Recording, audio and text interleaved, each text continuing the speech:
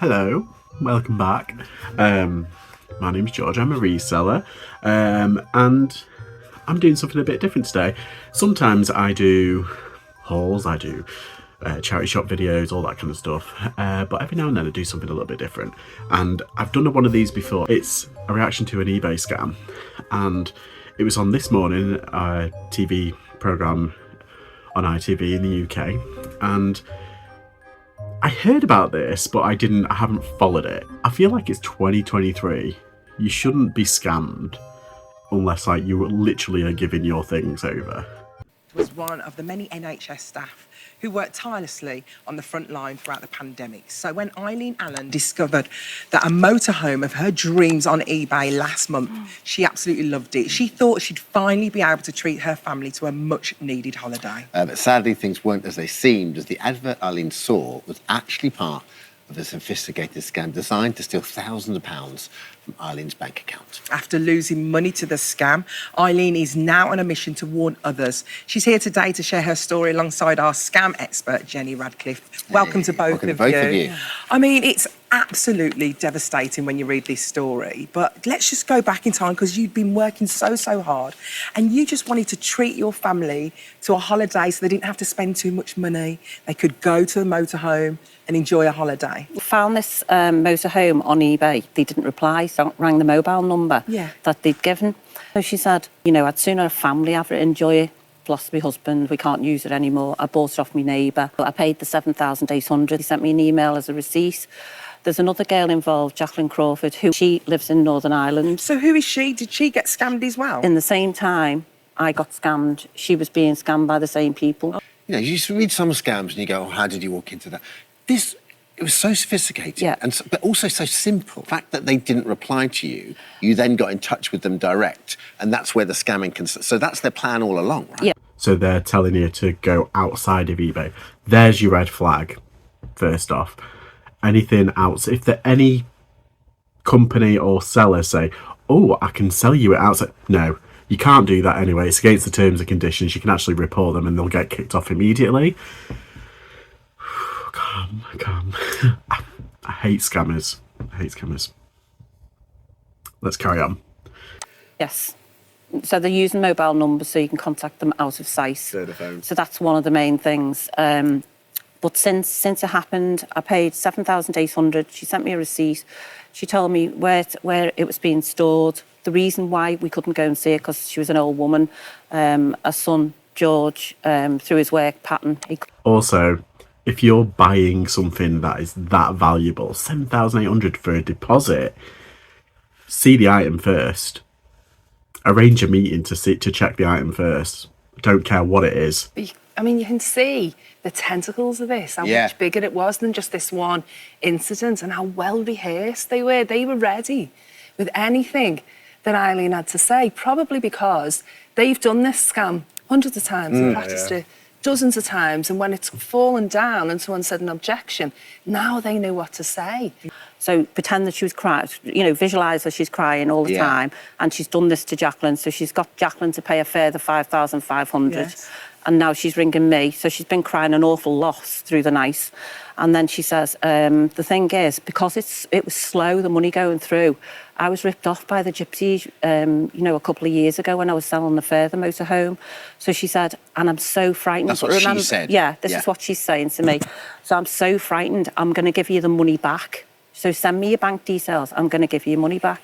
Now, that was upsetting because all my little grandkids, I've got 5 grandchildren, 3 grandchildren and 5 grandchildren. They were all excited about this motorhome. Reverse psychology, right? You know, it's trying to say, oh, that's why they say I'm worried about being scammed, because why would they say that if they were a scammer? And also introducing all of this emotion into the equation. You know, she's crying, she's getting people to check if Eileen's genuine. All of that stuff is just adding credibility to her. And as I say, it sort of mirrors Eileen's own circumstances, you know, saying it's to do with family and she's a bit worried. And when I got in touch with the police turned around and said, it's a civil matter, so it's nothing to do with us. So remember, she's crying to me, telling me all this story. And then her son came on, George, but to Jacqueline. Not me. Do you remember in Northern Ireland, Jacqueline, George was the dead husband I'm exhausted. Exactly. The thing how you... I can't believe this. So I paid 2,200. Oh, no, But Jacqueline then Eileen. paid the 5,500. So at the same time, she rang Jacqueline first thing, then me. Did you get the money back at all? I haven't got all of it back now. How can you possibly keep track of them all? So there's priorities, and it depends on the traceability. And that's why it's important to stay on the app. Okay, yeah, she's made a very good point there. You stay on the app, you do all of your business through eBay. And also, there's a lot about the emotion in this. Like, they played on people's emotions, they added credibility to the... Don't give a... Can't swear, but I don't care about your emotions. I don't care about your sob story. It's a business transaction. When you go into a shop, you don't go to the cashier and say, oh, hello, Mr. Selfridges or Mr. Tesco, whatever. Give me your sob story while I buy this. You don't care. You go in, you buy, you give your money, you get your product, you go. Same online. Do not get sucked in. They shouldn't be telling you their sob story. They shouldn't be telling you their ins and outs of their life. It is a transaction. Cold, plain, simple. There is a human being, for genuine sellers, there is a human being on the end of that line. So buyers, when you're buying, a lot of the time, but 90 or 99% of the time, there is a human being. But we have to act so cold and so kind of like, because of things like this. It's horrible, but it is. So if you're a buyer on there and you're watching this, there's a reason why I'm like so robotic and so calm and so kind of like stone cold in my speaking back and forth. One, it protects you, it protects the seller when you're dealing with it, and two, no one can pick you saying, oh, you're being rude or anything like that. That's another thing. But also, I'm pretty sure you'd know, it's like, if someone starts giving you their sob story, it's happened to me. People have tried to give me sob stories, buyers, to try and make me reduce the price. And I've been like, no, I'm not getting caught up in it. Kind of the same with this. Don't get caught up in the sob story. Never go outside the app or outside of the eBay. Always on the inside. Even if they say, oh, ring us that. No. Do it through, even if they say, oh, email me at this address. No. Do it through the eBay messages, because eBay keeps a logged track of all the conversation. People watching this that are kind of seeing this home story, and it's a very normal thing that Eileen did. Yep. What should they do to guard against this? So first of all, research that listing, right? Look at the history. How long's it been on there? Is it on anywhere else? Do what we call a reverse image search on a search engine. So you know the way you can look up any word? You can look up images. I didn't know you could do that. You can cut and paste an image into a search engine and it will look for that image, and that will show you if it's used anywhere else. Yeah, Google actually have a little icon on their website. It is there. Can you see that little square, like a camera? You pick that up. There, it comes up with a camera, or it can come up with your recently. What's it? So this is just a sweater. This is like an off-white sweater. So if I do that, all of a sudden, it comes up with all the off-white one. You can do a reverse image search. That's a little bit different, but you can Google it. It's pretty standard. You can also check for motor vehicles. You can check history. There are lots of sites with history checks for cars and motor vehicles. For about £10, £15, you might be able to find some details of that. Mm-hmm. Check out the seller. Do they sell much? Have they got a history? What's their feedback like? But most of all, if it's too good to be true, if it's a great bargain, stop. Don't react in the moment. Pull back. Talk to a few people and double check. Mm-hmm. Don't move any money off the app, right? Because what happens is, if something like this happens to Eileen, you want that app in your corner. And if you move off, traceability is more difficult, and they can kind of decide whether or not they're going to really back you up, even if morally they always should, you know. Okay, so a bit of a difficult one, because obviously a very educated woman, she's a nurse, works on the front lines at the NHS and everything.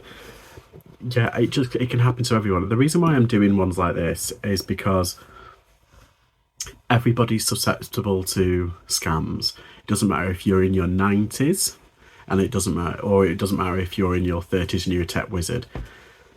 The reason why I'm doing it, my friend, she's got a dad works in financial services. She's been savvy about, she's so careful about bank accounts and everything. And what happened was they got into her phone, logged her keystrokes, called her up, asked her to check the WhatsApp, gave her all of the, the emergency codes and everything, all that lot. Saw it when it came through on her. They quoted it to her because they've scanned her phone and everything, so they knew what was coming. Anyway, yeah, they were stupidly kind of like, well, luckily she kind of got cottoned on quite quickly, but they'd already taken out like £2,000. And so she contacted Barclays and they kind of shut it down like immediately. And yeah, when you go to the police, you go to Action Fraud, they will give you a case number. And then you have to chase them up to do their job. I don't want to say anything bad about the police, but sometimes they're so stretched, and this happens all the time. But it can feel like it's like, what are you doing? You're not doing anything. It's because they've probably got a million cases like these, unfortunately. But it can happen to anybody. It could probably happen to me in the future, and I am like so careful. So yeah. 3 takeaways. So is it her fault? Would you think it's her fault in this day and age, in 2023, to fall for these type of things? I don't know. Yes. But I am just like, I'm so cynical now. And I'm so kind of like cold and so kind of like, I think you're easily scammed as a buyer if you're unaware, but you can be easily scammed as a seller even if you're aware. Never move off the app. Always check the item. If it's a bloody car, check locally. Oh, pay by credit card, because then you can kind of claim it back. It's a lot easier to claim it back if there's been a fraud. So yeah, I don't know. I think it's very easy for me to sit here and say like, oh, why is she doing that? It's 2023. Ugh. But people do. They wouldn't have the national fraud action line. They wouldn't have Watchdog, So I don't know. It's very difficult, but I feel very sorry for her. But if someone asked me to call off the app, I would have been like, nope, next, try and move on. Okay, there's a few Facebook ones, and I haven't done any Facebook ones. I've kind of tried to focus on eBay, but there is a few Facebook ones, so I'm gonna check this one out. It's a name we've come to know and often trust, but PayPal's reputation. Okay, so this is PayPal. This is a PayPal scam, but it was 4 years ago, this. But it is interesting because I think we might see some parallels, because I think I know where they might be going with this. Is taking a hit as criminals are upping their game in a new twist to a nasty scam that's taking millions from consumers.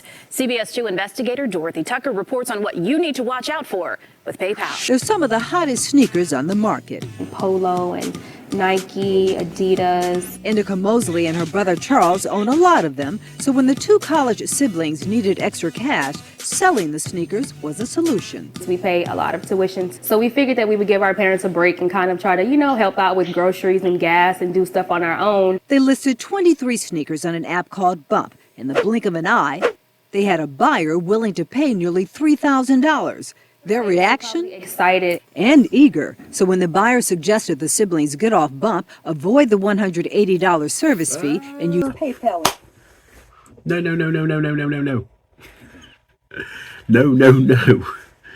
Now, use PayPal. Hang on, wait. I'm going to reserve judgment. Instead, they agreed. And they said they would send the money right over, and they sent it. You've got money, read the email. So we shipped out the shoes, and we pretty much waited for them to get there, waited for the payment. And waited some more. I called them and texted them and left voicemails. Crickets. Searched their names on Facebook, and I emailed. Nothing. I was really upset. Reality set in. The PayPal email was fake. They'd been scammed out of 2 $1,500 payments, totaling $3,000 for the sneakers. It just blows my mind that everything was fake. Scammers are getting... No. What blows my mind is that you didn't check your PayPal account first off to see if the money had actually gone in. don't believe the email. Check your actual account. Oh, see, this is where I don't have sympathy. I do and I don't, because you know they're young. They're at college. They should be educated. You know, think about it. Oh God, I don't know if it's because I'm just a cynical old fart now, and I'm just like I don't trust anyone. But yeah, first off, don't say okay. I'll go off the app. You want to save yourself $180 in fees. That's greed. Personally, if you want to be seen as an actual seller on there, they had Grailed on their phone. Did you see Grailed? So it's the same kind of thing. I would rather make the sale in-app and then get to obviously a genuine buyer, but also get that review, because then people will be like, oh, they're genuine sellers, I can sell more. And the more you do, the more you'll get a reputation. You'll get a good reputation. If it's off the app, it's not a registered sale, so you're not getting a review as well. That's like a win. That's like a little thing, but you know what I mean. That's greed. What they did, they didn't want to pay the $180 in fees, so they went off app. First red flag. Second red flag. Just because it's an email in your email box doesn't mean it's the money that's gone into your account. Check your PayPal account first. That would be the first thing I checked. I would have been like, has it gone in? Yes, right, okay, I'll take that money out of PayPal first off. To Crete, Illinois, someone at this house signed for them. We're looking for the people who received $3,000 worth of sneakers after a 10-minute exchange. They never got the money. Does that surprise you, or I don't care. You don't care? Every time I thought about it after that day, it made my stomach hurt. Mosley did contact PayPal, but no surprise in their response. They told us that, like, there's nothing that they could do to help us because, like, it didn't come from PayPal. And they told us virtually the same thing. The barrage of fake emails is clearly hurting PayPal's reputation, but it seems they have no intention of talking about it. Dorothy Tucker, CBS. Wow. Yeah, so PayPal really should pull the finger out, actually. Yeah, and there's a reason why eBay have gone in-house with their payment system. There's a reason why Depop have gone in-house with their payment system. A lot of people are not going to use PayPal at the end of the day. Yeah, so I can't believe they actually met the scammers, and the scammers were like, man, I don't care. What they've probably done is they've got those shoes and they've probably sold them on eBay or at a flea market or whatever. I've made of like a couple of hundred. They've probably done that like a couple of hundred times. Anywho, yes. A warning about selling on Facebook Marketplace. Experts say that without the right precautions, trying to sell your items could wind up costing you money and even turn dangerous. This morning, a cautionary tale for a New York woman cleaning out her closet quickly turned into sophisticated online fraud and a big chunk of change gone. I figured I'd list them on Facebook Marketplace, something I've done numerous times. Sam Silverman posted the pants for sale on Facebook Marketplace. She says a buyer agreed to the price, and then what looked like official correspondence from the payment app Zelle arrived in Silverman's inbox. I was getting very legitimate looking emails. The email said she needed to establish a Zelle business account and make a $300 initial transfer to the buyer, who would then credit her back the difference. Sam says the stranger... No. This is not even lit. I feel like this isn't even vigilance. This is just common sense. You've got to pay some random weird service and then they'll credit you back? No. Oh. Calm. I'm calm. Let's try again. Back the money. Had I taken a deep breath and, waited 15 minutes, maybe I still would have $300. We've had reports on our scam tracker, items not being what they're supposed to be. In some cases, people sometimes don't feel safe selling and buying in such a public forum. And they warned the crimes can escalate to violence. In Brooklyn this weekend, an off-duty policeman shot when he met up with an alleged assailant reportedly to buy a car he arranged through Facebook Marketplace. And many police stations now offer safe exchange points in their parking lots. It's a really smart idea for people who... I know it's a bit kind of like treating someone like a... But that is really good. And I think that's probably the best way forward. Like spots, like trade spots, particularly in like say a police station. Like, can you imagine?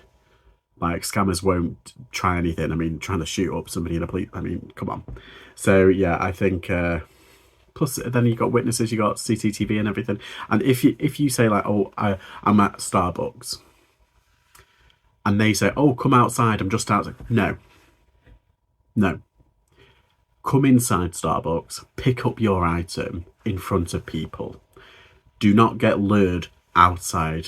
Don't get lured outside, sorry. So yeah, that is atrocious. But that, I would, big red flag, pay something and it'll get access and then they'll reverse chat. No. I'm not paying to get my money back. Yeah. No. So I think that's and she's a young person. What are your thoughts? Have you been scammed before? Have you found a scammer and like reported them? Tell me your stories. Please like and subscribe and comment below, and I'll see you all next time. Bye.